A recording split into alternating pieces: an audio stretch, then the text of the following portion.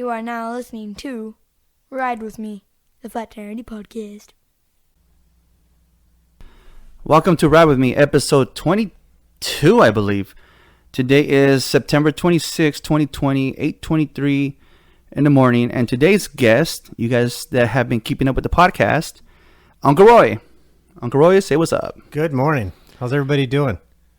Well, it's not live radio, so they can't respond or call us back. That is true. So I take that back. Hi. First of all, I want to start off by saying what's up to Chris for getting his podcast cherry popped. I'm glad your cherry was popped on my podcast. Yeah, that phrase always makes me nervous, but okay. He hit me up. He hit me up the other day. He goes, "Hey, man, start listening to your podcast. My cherry was popped." I'm all right, cool. Well, keep listening, buddy. So, again, shout out to Chris. What's up, bud? Anyways, today I decided to bring Uncle Roy to the podcast because I want to get his side of the story. All you guys hear is what I say about the guy or comments I make, but I wanted to bring him on so he can say his what made him question me on our wedding day.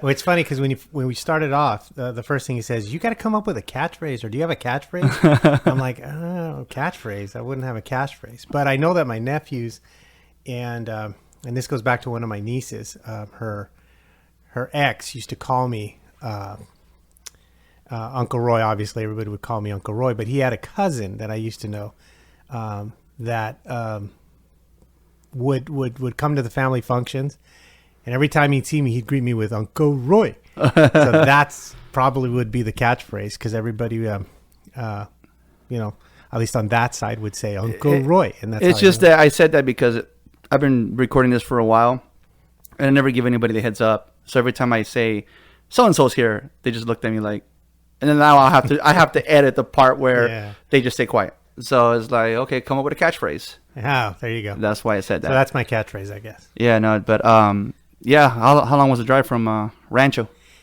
Not so bad. We got early in the morning, so we ended up getting in here about 35 minutes. Oh, that's not bad. Yeah, living up in Cucamonga is a nice place to be, and when we initially had gotten there, there was really nothing there, and we've obviously grown with the family growing and being there for so many years, and that 210 freeway, it actually makes it a comfortable drive.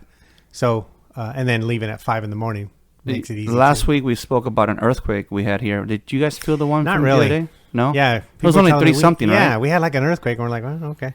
Yeah, I was like, I got the notification on the phone, and it was like, oh, it's right by Uncle Roy's house. Yeah, if you live in California, you're kind of used to it. 4.0 or less don't affect. Yeah, again, the wife was like, oh, what? Go back to sleep. Go back to sleep. Exactly, just roll over. Anyways, now today I woke up at 2 in the morning. I couldn't go back to sleep, and I don't know. That's just salesman's life. Yep. I woke up at 2 in the morning, felt fully rested, and I was like, I went to bed about maybe 11 o'clock last night. Woke up at 2. I made the mistake of watching Real Steel by myself. And at first, this movie is about robots kicking each other's butts and shit. And it's like, all right, cool. And I'll watch it. It was the first thing that came up on Netflix. I'm like, funny coincidence. All right, let's watch it. I'm watching it, and towards the end, I start crying. Like, what the hell? Like, your question was why? It's a freaking robot movie. No, because what the little boy says to his dad is like, I want you to fight for me because the dad doesn't have custody of the kid. And it reminded me of what I went through, and like I'm grateful to have custody of my kids and to say that I was able to fight for my kids. So that was like, I freaking went back to bed. I started hugging the wife and fucking crying. Like, fucking movie, man. I think Hugh Jackman was crying too after he saw that movie. I think he it wasn't one of his greatest. But I think he's like, I want a kid now. Yeah. If he doesn't have one yet. Well, we all have those kind of movies where we kind of get emotional. Mine is Little Mermaid. I know. It's weird. Why? First of all, I can not get through the whole movie, but there is one movie where the father's giving away the daughter, and she tells him she loves him. And if you've got a daughter, and you guys, those that do understand, it's pretty powerful relationship. And so, yeah, when I see that part, it always gets me a little emotional. Okay, when King Midas or whatever his name is. Yeah, when he comes up to the boat and he says, she says, "I love you, Daddy." Yeah. It just kills me. So that's the one that does. What's funny, because when I asked for Letty's hand in marriage, it's like, we were having we were celebrating because I got custody of the kids, and we were at this restaurant in Oxnard, and like, you know, I'll take you guys to eat, you know, my treat, whatever. And I started asking, and my suegro was like, kind of like, he didn't even want to look at me to my face, like, and my suegro was pretty much the one taking over and be like, well, as long as you take care of my daughter. I'm like, well, I've been doing it already, Yeah. so, you know, now let's just make it official. And yeah, so I get what you're saying. I think my father-in-law was in the same shoes Sure. as King Triton, whatever his name is, from The Little Mermaid. Yeah. But speaking of wedding, I didn't really know you, and that's why I No. wanted to have you on here, because so you can give your side of the story. I didn't really know you when we said I do. So at our wedding day, at the reception, or when we were freaking having tacos, because we did a backyard wedding and we just had tacos, you and Uncle Danny pulled me to the side and start drilling me. Yeah. Why? Well, for me, the reason I do it is my father-in-law was kind of similar, where he would kind of quiz you or give you, you know, the once-over. Initially, I remember the first time that he did that, I think I'd been dating your aunt, Aunt Gabby. She's not going to sue us. No. Okay. For about 2.5 weeks, and I get invited to dinner, and we're having dinner, and my father-in-law goes, so what's your intentions with my daughter? That's what you did. Right? And I'm like, okay, we've been dating for 2.5 weeks. Have fun, get to know each other, hang out. It's only 2 weeks, dude. Right? And he goes, and he looks at me and goes, yeah, you're not serious. I'm like, whoa, it's only been 2.5 weeks. Slow down. Yeah. So kind of having that, you know, thrown in your face, and then you become part of the family. You go through the trials and tribulations Yeah. of the family. You start to realize that, you know, hey, I got a little power here. I can, Yeah, you do. you know, I can kind of grill some of these guys, make life a little hard. I went through. It's kind of like an initiation in sports. Yeah. You know? So you know, fortunately for you or not, you weren't the only one that I kind of grilled, and some of the other future nephews or you know, husbands of nieces, I kind of did. I mean, I remember you were one where we pulled over and we gave you the third degree. Yeah. We just were trying to get a You feel know for what you're was about. funny was right before you pulled me over, I'm going to say 30 minutes before, right? Your son Joseph pulled me to the side and told me that if I ever hurt his cousin, that you guys have a desert. Yeah. And I was like, okay. Now, I mentioned that to my wife, and she was like, that she was touched because she felt that her and Yeah. your son weren't that close for him to come threaten me. Well, you know what? And maybe they get that from me. I don't know. But for Joe to do that, that is huge, because Joe usually tends to kind of, you know, I have 3 sons. Yeah. And Joseph's my oldest. So for him to do something like that, just knowing Joe, to stick his neck out like that, that's pretty big. And that's what that's Yeah. what my wife says. She's like, I don't feel that we were that close for him to do that. Now, years later, which was last year, I got to meet that desert, and your son. I guarantee. I don't make promises, but Joseph, I promise, buddy, I won't hurt your cousin. Yeah.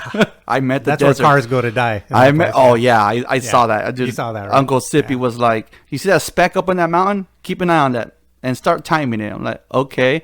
It literally took us 20 minutes to get from the mailbox to his house, Yeah. and the whole when you get to a certain rock and make a left, you only see that in movies or cartoons. That shit's real. And it's funny because when they say turn it on the rock, and you're like, there's hundreds hundreds of rocks. No, here. there's the rock, But it's the white rock, It's right? the Yeah. rock. You see the Yeah. rock. That's where Can't you make miss a that left. rock, yeah. And then about 2 miles later into dirt Yeah. road, you make another left at some pole. Yeah. And it's amazing that Jerry's made a nice home out of that, right? It's nice. It's a nice way Yeah, out he's there done in the pretty middle of good. nowhere. I mean, I hate the fact that the mailbox is 20 minutes away. Yeah. But luckily, there's paperless everything Yeah. nowadays. And I remember when he first got over there was like, really, they had a shell of a house, but Jerry's done a really good job of making that house a home. It's And nice. so yeah, It's nice. and so it's a good place if you want to go shooting or ATV in or bury a car. That's a great place A to go. human Yeah. body. I don't know about that. Code word for human body. But yeah, to go, you know, just to answer your initial question, we were just giving you, we just wanted to make Yeah. sure. I took to you right away. I mean, I've got a chance to meet I've seen a lot of the potential, you know, mates for I don't know how else to put it, but potential suitors for my nieces. I've had to meet a few of them and Yeah. get to know them. And so you could usually tell, yeah, this guy won't be around so long. And I remember, I think I even told that to one guy where he came around and they introduced him to him and go, look, dude, you're not going to be around here for so long. So we don't really need to know each other's And names. you called So it. just- He's and I gone. called it. But yeah, you ended up pulling me to the side, and it was like I said, it was you and Uncle Danny, and your question was, what are your intentions with my nieces? Yes. Well, first of all, we already said I do, fool. So you're kind of like, Yeah, that's kinda what like- came. I'm That's late what, to the- But remember, I'm coming from my history there. that's what so- came to mind at first. Like, homie, we already said I do. You know, fuck off. But I answered your question. Yes, you did. You know, like what do you do for a living? Well, at the moment I work I was working. I met her at Walmart, and I was a You were at manager at Walmart, Walmart. But now I'm doing this, and Yeah. I sell beer for a living now, and la la la la la. Whatever it is that I said, you were like, damn, he even speaks like a salesman. So Yeah. what made us connect was that you're a salesman as True. well. Well, not only that, I think the thing that made us connect was the fact that you weren't winging it. You kind of already figured this out and knew what was going on. And I love the outspokenness that you are. Yeah. And I'm outspoken, and so are you. And and I think I remember telling you, pick your battles, make sure you know where you're at. You're new to the family, so you're probably gonna. And you were outspoken, but I just love the fact that you absolutely adored your wife Letty, and that was a plus. You can tell when a guy's like, "Hey, I'm just hanging out, see what's going to happen." Yeah, like what I was like someone, initially doing, right? To a person like, no, this is who I want to marry. This is Yeah. who I want to be the mother of my children, and you were pretty forthright about that. Yeah. So, that impressed me right off the bat. Man, So- Uncle Danny, just the fact that I sell Corona, Yeah. he was it. Yeah, he's. Oh, okay, you're in. If you know Uncle Danny, it's really simple. What do you got? I got Corona. Okay, I saw we're good. Corona. He goes, okay, cool. Perfect. All right, that's it. You're in. That's it. That's it. I didn't have to. Welcome to the I didn't have- family. I didn't have to convince him. Where's the case? Where's the beer? Right, pretty much. But yeah, that just started off a relationship with you and I that has grown because I know you speak your mind. You're genuine, and I always say that you can tell people who are genuine. You can tell people who are not, or people that want you to say what you want to hear, and then people just say what they feel. And Yeah. I can live with that all day. So I was really impressed with that with you, that you were doing that. It's just the way I see it is like, it's, to me, even if it sounds harsh, but it's the truth, I'm gonna say it.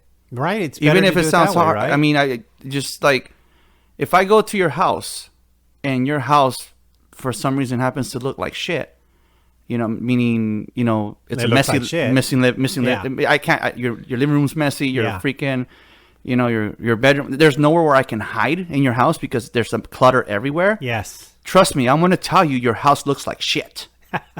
Yeah. Because Somebody comes to mind when you say that in my head. it's just yeah. like it's like I grew up in that. I grew up Mm-hmm. in that environment that, I meet my wife and she's the complete opposite, where I walk into the house and I get slapped in the face with bleach instead of slapping the Yeah. face with dog shit. It's like, whoa, I mean, damn, so the bleach is a family tradition, so oh my, it's that's a it's like- whole it goes different with it, podcast episode, yeah. man, because you can do a whole podcast on on Clorox bleach, yeah. Let me get them sponsor us or some shit like that. You should. And my wife is like completely opposite of what I grew up with. So if I go to your house and I start panicking, I start freaking, I literally like an anxiety attack. Sure. I'll tell you, like, your fucking house looks like shit. Yeah. That's just who I am. And maybe at the moment it sounds really harsh, but I'll apologize. But when they agree with me, then okay, all right, then there was no apology needed. That's just who I am. I learned to not keep quiet if I'm right. Yeah. Back in the day when I was this I learned when I was a little kid. My mom was going through some bullshit. The cops were being called on her. I guess the sheriffs from where we lived at were kind of like harassing her and always bugging her. So she went to speak to this counselor of Oxnard, like not the mayor, but like the counselor, city councilman, and his name was, I believe, John Flynn. This is a long time ago, and he gave my mom props for speaking up, and he told us, I'm a little kid, dude, and he's telling me, always speak up when you're right. Never keep quiet. Speak up, defend yourself, so that's why I kind of And you're not doing it maliciously. I mean, you're not. Everybody seems to think because you're outspoken or opinionated that you're doing it to be malicious. You're not. what you're doing is trying to be My, as honest. my as problem possible. is that I'll hold it in, and then then I becomes sound harsh. brutal. Yeah, Yeah. I would rather you just say it and then holding it in, or not holding it in, because you end up thinking about it and stewing about it, and then it becomes anger. So I agree with you on that point. Exactly. So like I said, I mean, even to this, the podcast, you told me to start you talked to me about, was it like on Christmas, last Christmas, Yeah, right before this freaking pandemic started. You like, you know what? Every time we have a family gathering, somebody brings up the fact that they heard you on the radio. Every time, like my daughter-in-law. your daughter-in-law is Yeah. one of them. It's funny because, and I think I've said it already on the podcast, we were at the morning show and they announced on live radio that we're there. Right. And within seconds, your daughter-in-law texts my wife, "Hey, are you guys really there?" "Yeah, we're right here right now." She goes, "Oh my God, that's so cool." It's like, I have friends in Ventura County that text me, "Hey, dude, we just heard you on the radio." Like, for example, a few months ago, they had me on this game called Battle of the Sexes. Right. And I got one of the questions wrong. I won the Battle of the Sexes, but I got that one question wrong. I'm getting my friend's sister, rest in peace, Scotty, again, love you, boy. His sister hit me up on Facebook Messenger. It's like, "Dude, it's mascara. How do you not know mascara?" I'm like, "How do you know?" What was the question? Something to do with facial. The question was something. It's obviously a female question, and the answer was going to be mascara. And even Letty, my wife's like, "Babe, it's freaking mascara." I'm getting text messages and I'm getting messages from my boy's sister. Like, how can you get that wrong? Because you don't wear mascara, Yeah, I so know, that's why. but that's why it's called Battle of the Sexes. You're right. And I'm like, "How do you know?" And she's like, "Well, I love that radio station." And she's in Santa Paula. Yeah. So this station is known everywhere that picks it up, and that's what made you suggest to me. It's like, people know Flat Tire Andy, and you have stories. Start a podcast. Well, so you had that notoriety with Flat Tire Andy, and you also had some very interesting stories to tell. Just getting to know you more and more, and you bringing up a lot of your past and how you were raised, and the fact that you had so many brothers and sisters. I was like shocked that I thought, wow, your stories were becoming very interesting and very personal. And we talked about this, about doing a podcast, and I said, "Andy, you already got a head start, because people know who you are. You've got people that can identify you. They know a little bit about you. I think that the stories that you bring to the table are interesting." And I do remember I kept saying, "Dude, you need to be doing a podcast." And you're like, "Yeah, maybe. I don't know. I don't really know how to do it." And then I said, "Well, look it up, study it, try to figure it out." And I think it was about the third or fourth time I said, "Andy, for the love of God, why aren't you doing it?" Yeah. And you were like, "You're right. I don't really have a reason why not. Just give it a try. The worst that can happen is you're doing it for yourself. But the best that can happen is people start to listen, and pretty soon you're having this following that wants to know what's going on in Andy's life." And I've just seen a growth in you too, because the first time you started, at first you were a little bit apprehensive and you weren't exactly sure. I know it got off to a rocky start, but as you started doing more and more, I started to see how you started to become more open. And it's kind of like a therapy. It's the best way to put it, because it allows you to kind of speak your mind, and also to do something funny and just kind of keep people interested. What's funny is that what you say about that is that the wife has said multiple times that she feels that it's therapeutic for me, because she sees that I enjoy doing it. She sees that I enjoy waiting for somebody to show up while recording it, while editing, and then after I post it, and it's just like, it's been up for only 20 minutes and already got 2 downloads. It's like, she sees that it makes me happy, and it's, like I said, therapeutic. And at first I didn't know where this was going to go. I bought the machine, and like I said on the last episode, we ended up using just these 2 little microphones on top, the one with the Mr. Santa Fe and myself. Yeah. But I have a buddy of mine that records weddings for a living, and he told me, "You're using the right machine. You're just using the wrong microphone." Mm-hmm. And so I'm like, "What?" So I bought these other microphones for episode 2, and until I finally got these microphones, because Officer Ricky gave me one of these microphones, and I love the sound. I'm just listening to them through the headset right now. It's like, I love the sound. Yeah. And audio just got better. But what got me kind of like doubting it or thinking about it was the fact that the funds weren't there. Yeah. Then I get Salesman of the Year. And that helps. That paid for the podcast equipment. I saw the big fat check. Oh, yeah. You saw that? Yeah, I saw Beautiful the check. check. On I'm thinking of kind of organizing. The more you said it yourself earlier, every time you come into the garage, the studio. My kids will tell you it's a garage. We're doing parentheses in our fingers. The studio. You said every time you come in, it looks more and more like a podcast studio. Yeah. So eventually, I want to have all that my awards and everything out here because it's going to be the man cave. Sure. And then I have a box full of cowboy stuff that we'll get into later.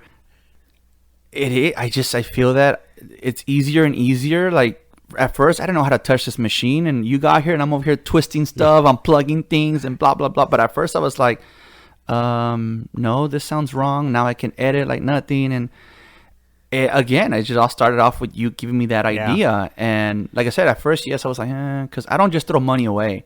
I don't. That's not who I am. And actually, after I bought everything, I'm like, my bill was like $600 something. I was like, my wife's like, what's wrong? I'm like, babe, I think I threw away just $600. It's like, that's not me. And she's like, but do you like doing it?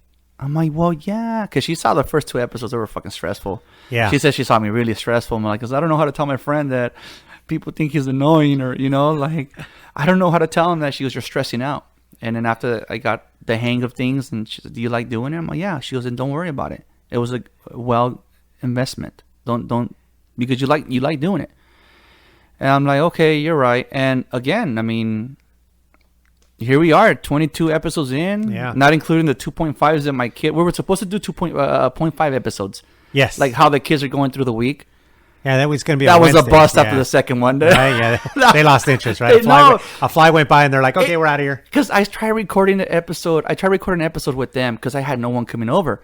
So luckily, last minute, Ricky, Officer Ricky stepped in. So I'm like, cool, perfect. So I try to have a conversation with them about distance learning, how they're doing, how they're going through school. And 10 minutes later, we were done talking. I'm like, I can't have a full-on grown-ass conversation with these kids. So then Ricky comes over, and we record that episode again. And this time, they're more talkative. Yeah. They give their points. I'm like, where was this shit yesterday? Well, you're dad, so it's kind of hard. And, so Ricky being here helped them open up even more, where they were able to speak for like 20 plus minutes or whatever, compared to just the 9-10 minutes they gave me the day before. Yeah. And, it's, if I can get somebody to come in and we can think of something, let's talk about it, Yeah, and you do, and you've done that. I know you and I brainstormed on certain things that we want to talk about, and I'll do that. I'm giving him the idea. He's like, yeah, that sounds good. Are you going to come and talk about it? Nah. Hey, what about, yeah, that's a great idea. You're going to come talk about it? Nah. But I think you said something earlier that made sense. You said that you used to bottle things, and then it would just be an explosion. You'd explode out. So I think having the podcast kind of stops that. Before you'd be like, and then now having the podcast allows you to kind of express what's been bothering you. And that's probably why you feel better. Honestly, I believe so, because I get to open up to whoever's here, and I talk to them about what's happening or whatever. Like, honestly, if you go back to episode Daddy Issues, Daddy Issues. That was what it was going to be called. It's called Daddy Wasn't There. Daddy Wasn't There. And, Is that Austin Power thing? Where you got it. You got it. That's why I titled that episode. That's what I called it that, because it was funny. I try to give them a funny title, and I would have never assumed that I would open up on a podcast about my last name. And even my buddy who was here, I do with everybody, and I did it with you. We brainstorm before we start, before I hit record. We brainstorm. And I was talking to him about it, and I kind of stopped myself. And he's like, what? No. I'd rather tell you on the podcast while it's recording so that you can... And his facial expression said it all. Yeah. So you're right. And, I get to open up about things that I don't even think the wife knows some of these things. Yeah.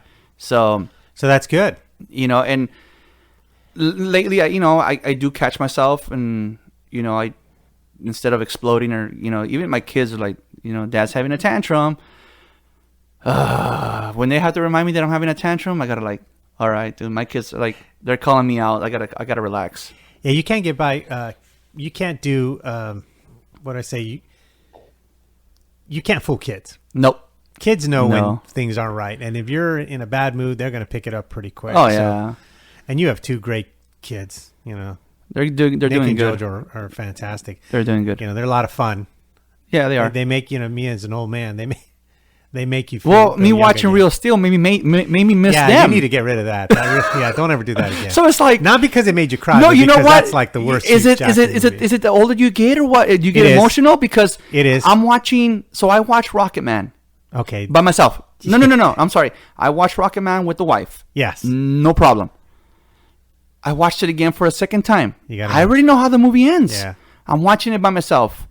And when she tells him that he was a mistake, Yeah, that sucks. I start crying. Yeah. Because I'm not saying my mom called me a mistake, but I felt like a mistake. Yeah. And I start crying and going, why are you crying? I think Rocket Man's okay. Real Steel now. No. No. Rocket Man's okay. It has to do with kids, man. You cry at Little Mermaid, but I don't cried judge at Little me. Mermaid. Don't so judge me. You're right. man. I'm not going to judge you. I cried at Little Mermaid. But yeah, I think 100% that doing something like this is absolutely therapeutic. And you have a lot to say. And, you know, we talk about our family. First of all, we love our family. We do. And I love my family. Do they irritate the crap out of me? And I'm not talking necessarily my immediate family, because I think everybody's immediate family Yeah. does. But my extended family, absolutely. Do they understand that they irritate me sometimes? I think they do now. Yeah. I think one of the things I told you when you first came over, because I saw a lot of the same tendencies that I had coming in as you did, just to kind of paint a picture for everybody. We have an extended family that pretty much comprises 11 brothers and sisters, with my mother-in-law, who I adore. No, I don't. She called me ugly once. She didn't mean it. No, she didn't recognize me. She didn't recognize you. That fail? That fail? Well, she was probably calling you Mateo. But Who you knows? know what? No. But you know what? One day she did tell one of the aunts. She was talking to my wife, and she goes, "El esposo de Letty," and you know Letty's husband. Like, she was putting me on a pedestal, Mm-hmm. and then the tia was like, "Are we talking about the same Andy?" Like, Yeah. No, but then weeks later, she called me ugly. she has a genuine heart. She's a beautiful She's woman. amazing. God The bless. lady's An amazing. angel on earth. I honestly, I told my wife that I really will, if like her story would be an amazing podcast amazing story. book, right? I say the same thing. Right. You know, I've spent hours just listening to her stories, and, you know, she may tell them to me 20, 30 times, never get tired of them.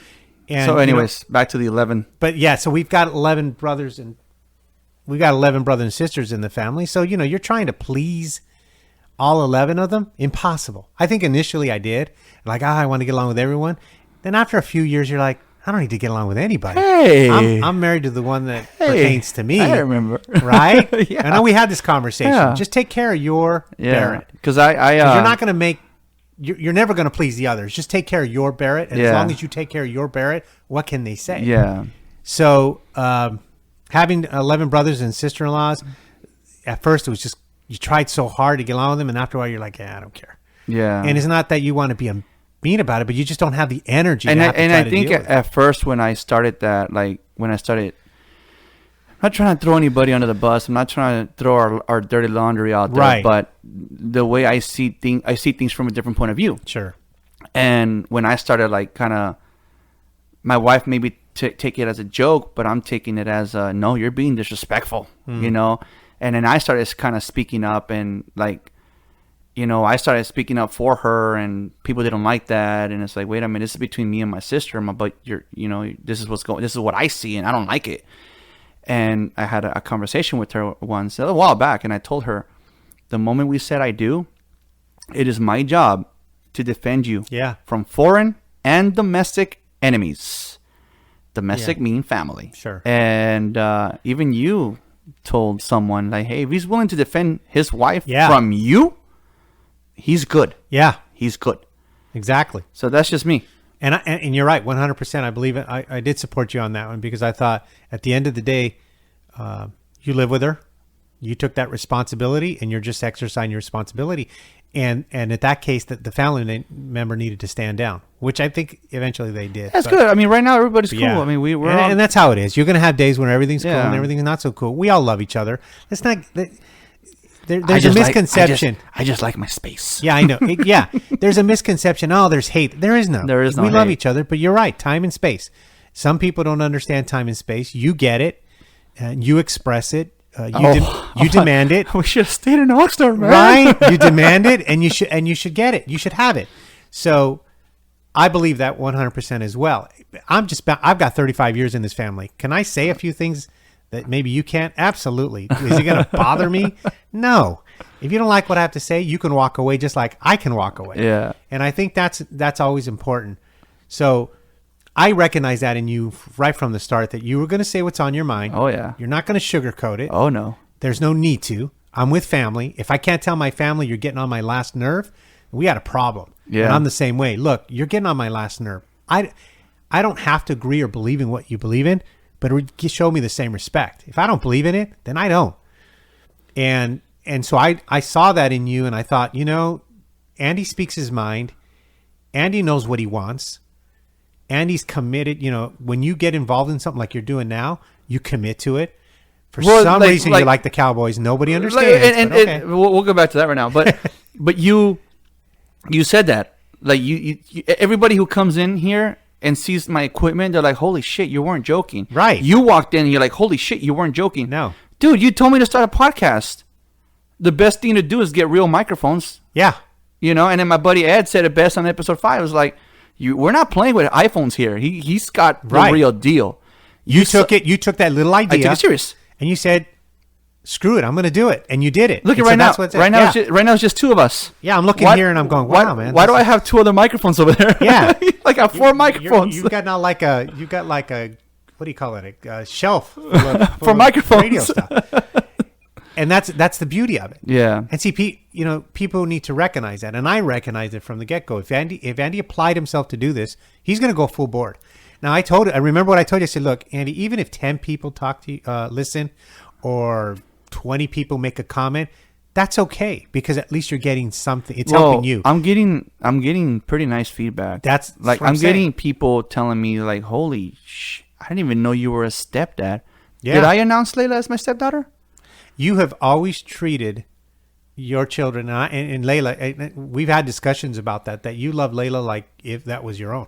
You have always treated her as your daughter, period. Yeah. And I mean, period. I never classified her, Roy, this is my stepdaughter, Layla. No. Yeah. I'm not. You never say that. You treated her, this is my daughter, Layla gets straightened up, Layla, whatever, but you've always shown that you cared about her. And yeah. that's a plus. A father, we've talked about it. A father is not just someone that just, obviously from the inception on. A father is somebody that takes care of a child. And you've taken care of Layla since she was a little girl. So, yeah, I get it 100%, how you think. And it hurts you as much as Nick and JoJo doing something wrong. Mm-hmm. Layla hurts you just as much. Yep. So, yeah, so I was excited for you to do this, and I'm excited that you continue to do it. And I'll be honest with you, I've never heard you on the radio, because I don't like that kind of music, so I don't listen to it. But I've heard excerpts of it, so yeah, it seems pretty funny. But I've never really heard you on the radio, so I'm glad to kind of have this here for you to kind of be part of. Well, it's like I'll get random shout outs on the radio, or they'll see my stories on Instagram, and they'll call me and say, hey, give us that story on your Instagram. And it's become something that was just like a call here and there. They actually called, they actually emailed a few of us regular listeners, and they said, hey, can you record these couple of sentences for us? We're recording a promo, and we want real listeners to read off these phrases, and okay, so came out here, started recording the stuff, and they asked the wife and I and the kids. So they haven't done it yet. I haven't heard it, but most of us are waiting for that promo thing to be aired, and you'll probably hear our voices on there. It's that everything's COVID now. Yeah, everything gets delayed. Our fantasy league got delayed because of COVID. Speaking of fantasy, dude, who cares? We could have done it freaking. Yeah, I thought about that as well, but I wasn't sure if the season. Just for everybody to understand, I'm like the acting commissioner of our league. I don't want to be, but it's gotten to the point where I guess I'm the oldest member of it. Acting commissioner that freaking drafts first. Okay, yeah, that happened one time. Roger was pissed about that one. Roger was pissed about everything. Roger's that one. He's the Al Davis of our league. He's angry. How about does he everything. get the drill? No, you need to freaking start the league when we get here. Get the attorneys. Yeah. But Yeah, I obviously probably because I'm the oldest member of our league. I'm like the commissioner. I don't really want to be, but okay, I'll be the commissioner. And we decided this year not to have it because there was no guarantee that the season would finish. I mean, something could happen where an outbreak may happen, and then all of a sudden the season gets terminated or gets postponed, and it just wasn't fluid enough. So we talked about it, and then we decided, we're just going to postpone this year, and we'll start next year. Solid. I think we're going to end up with two more players. Yeah, one person's already said from the family, Ruthie's boyfriend. What got me in like hooked on your fantasy league was that you went all out. We went to your house and you had this board and you had everyone's names and these little stickers and everything, and it didn't make me want to play on any other fantasy was no offense, Michael Williams. Your fantasy league just wasn't there, and now you had the board and everything, and then everybody pulls out their iPads and we're like freaking drafting, and then my boy Roger, the first time going over there, he's intimidated. He was like, because I even took my work iPad and I let him borrow the other iPad, and we're all drafting at the same time, calling him out, blah blah. So he did that with us, right? Mm-hmm. So then that was his first year. A year later, he goes to a different fantasy football league just to kind of see how they do it, and he's like, "Where's the board? Where's the iPads? Where's the computer? Where's the laptops?" He goes, "No, we don't do all that." He goes, "But Uncle Roy does." Yeah. Well, I do that because I want you guys to enjoy the whole experience of being in fantasy football, and I thought, having a board up where we have all our teams and watching you guys pick your players. And I think the thing I enjoy most is we're all together. We all eat and drink that great Modelo beer. It's not a sponsorship. Not a sponsorship. What did you say? What do you call it? One man's opinion? One man's opinion. There you go. Can't get sued. Modelo beer, one's man's opinion. And then just watching you guys kind of look at the board, really study it. I mean, after the draft, how many times we were up there looking at the board saying, "Yeah, I think my team's pretty solid compared to this team. It looks pretty good." Yeah. And it's hard to do that when you don't really have it in front of you. So I came up with the idea of having a big board, and we put a whole, I don't know what you want to call it, board, I guess. And we get the cutouts of all the players, and we put the names up for all the teams. And as everybody's drafting, I'm putting up the names so that we can kind of follow along and see how our team looks. Yeah. And it also helps, like, have I drafted a kicker?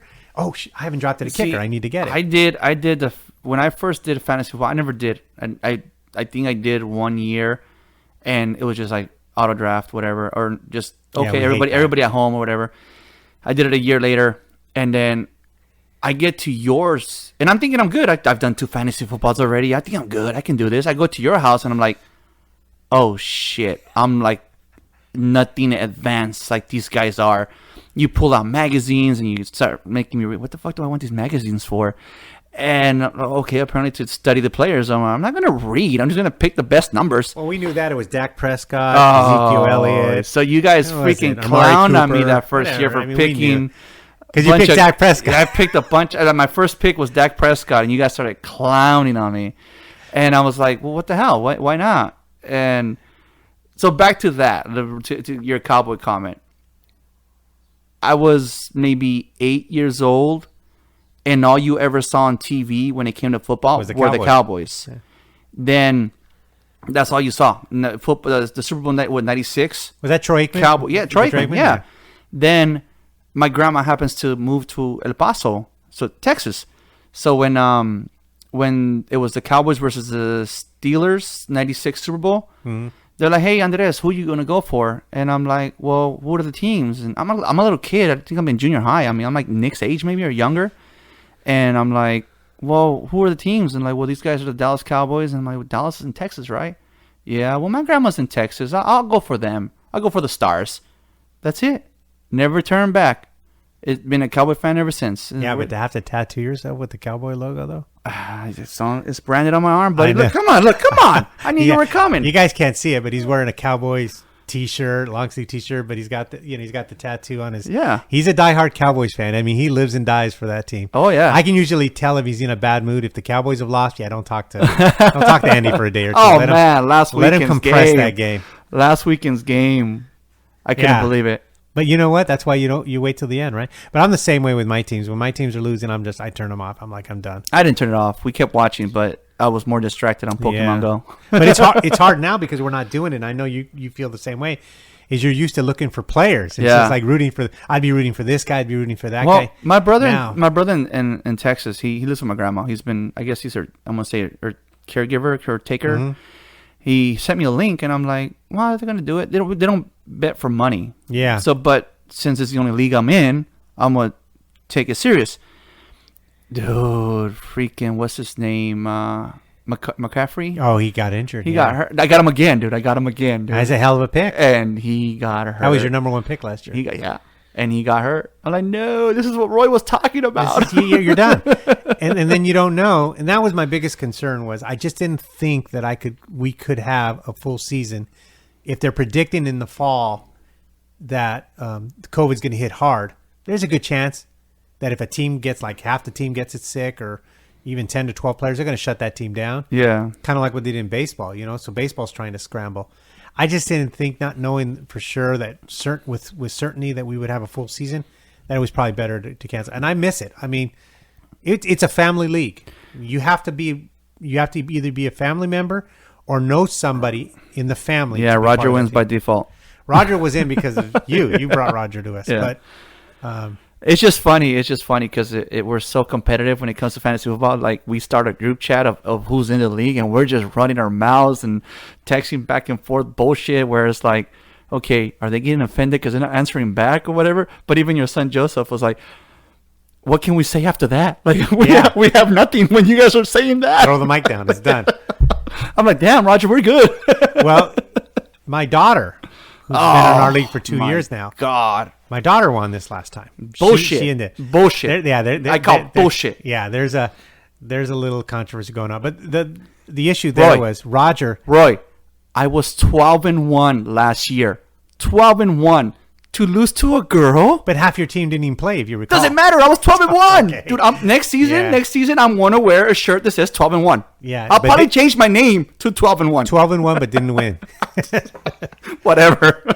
But she won last year, and the year before that, she was a runner-up. She was in second place. Yeah. This is her first 2 years playing, and it's funny because they're like, "Your daughter won?" I go, "Yeah." Well, for the first few years, she actually would help do the board, where she'd look up the players' names and put the board on to help her dad out. She'd do that.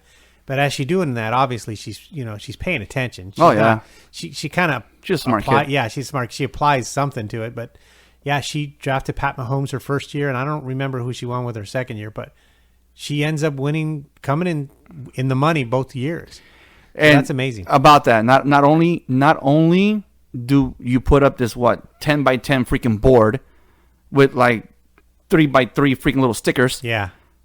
What do the winners take home? Well, the winners take home cash that we all put in, but the most important thing is the trophy. I made a trophy, a family trophy.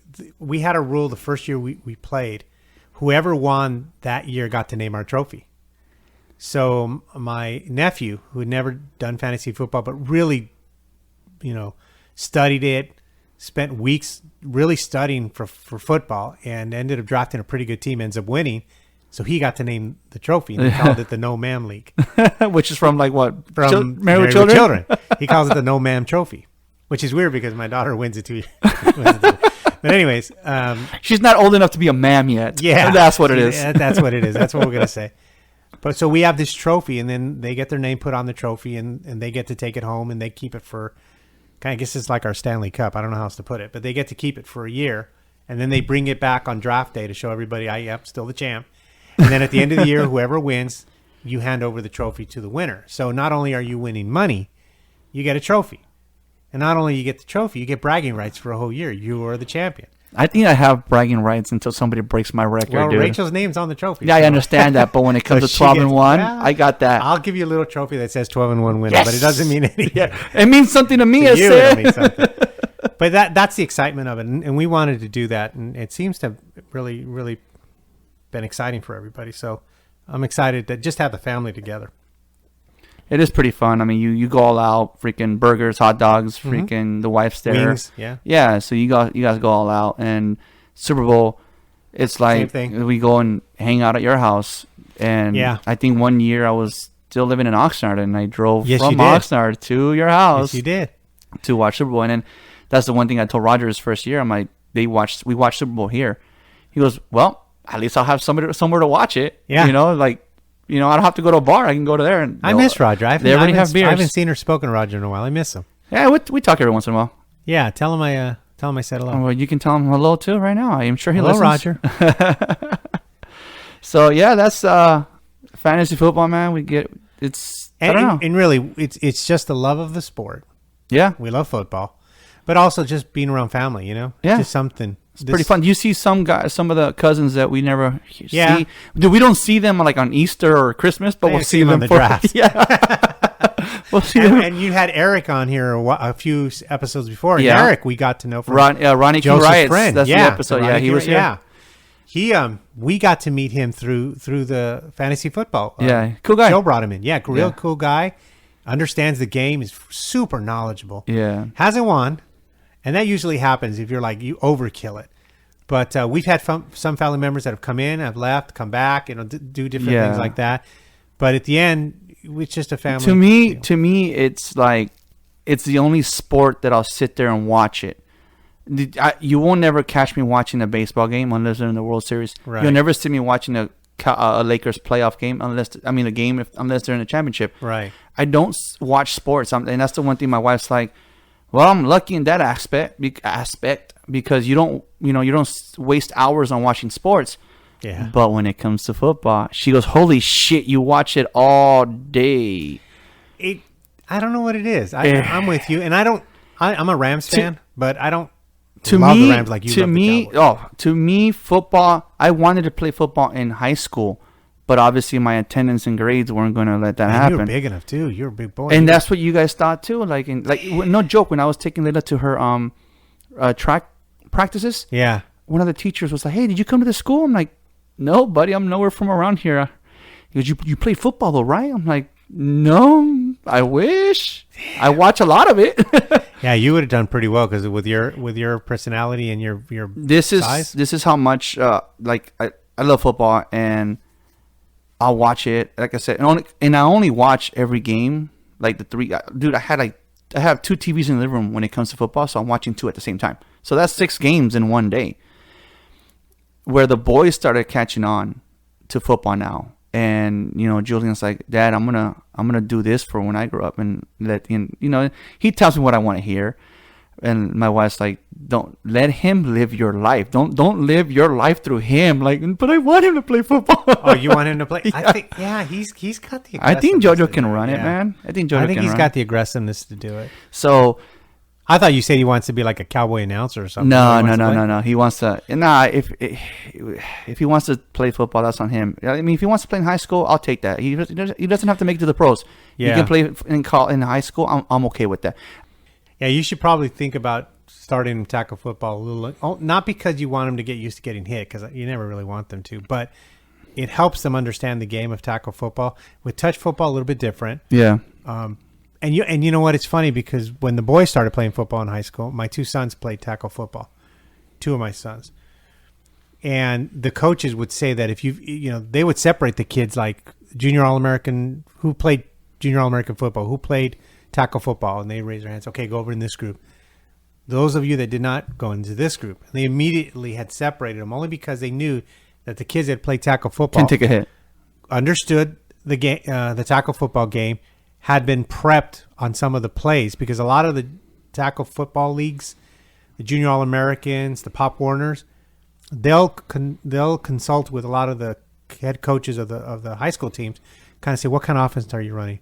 What kind of defensive schemes are you running? And they'll kind of incorporate that in their game books, Yeah. their playbooks, so that the players kind of get acclimated, get used to knowing, when you go up to high school, you'll understand how to, what specific plays are and how to call them. So they already knew that they had kind of been, I don't want to use the word program, but used to some of the play calling and some of the plays that were being run. It was just so easier to coach them as opposed to having to teach these guys pretty much from scratch. Yeah. Well, I mean, it's sad because the first year that we finally signed him up for football, we finally have a set schedule with the mom, and we kind of figured it out. Okay, cool. This kid really wants to play football. And even, Uncle Moyo was like, dude, this kid wants to play sports. Get him in now. Yes. And it's like, it's very hard with the mom schedule and stuff. Right. But we finally got a system going on where we finally sign them up. And what breaks my heart is that COVID hits and they're done. Now, it didn't break my heart when I got my money back. But, dude, that's the year this kid just lost. Yeah, At first, we started him off late. Now, he just lost another year. He's 11. He's 11 He's years 11. old. He's still got one more year. One or two more years that he can do it. He can still, I mean, I think there's... But you ought to think, tackle football is a little bit more expensive. It is. But it'll at least get him acclimated to what he needs to expect in high school. If that's his goal to play high school football, it's probably in his best interest to try to join a team. And I think he would go to the Bassett Olympiads up here. Yeah, So, well, we'll see. Actually, no, because we're not... you're not you're Avocado Heights or what? We're not in here. The kids don't go to these schools. What schools do they go to? They go to the good stuff. What is the good stuff? In Baldwin Park. They don't go to... Sierra Vista? Sierra Vista. Okay, then it would be the Baldwin Park Braves, I think they're called. They're not. They don't come out here. No? Well. The wife knows the territory. She picked the schools, and that's the one thing I'm like, okay, go for it. Then I take Layla her first day to the school, and it's like, holy shit, this is a fucking prison. Anyways, enough about football. Yes. Uncle Roy, thank you for coming. Oh, and absolutely. Enjoyed it so much. And like I end every podcast, thank you for riding with me. No, very proud of you. Keep doing it. Okay, guys? All right, Take care. Late. Thank you for listening to Ride With Me, the Flat Tire Indie Podcast. You can also listen to us on iTunes, Spotify, and Podbean. Thank you for listening to Ride With Me, the Flat Tire Indie Podcast. You can also listen to us on iTunes, Spotify, and Podbean.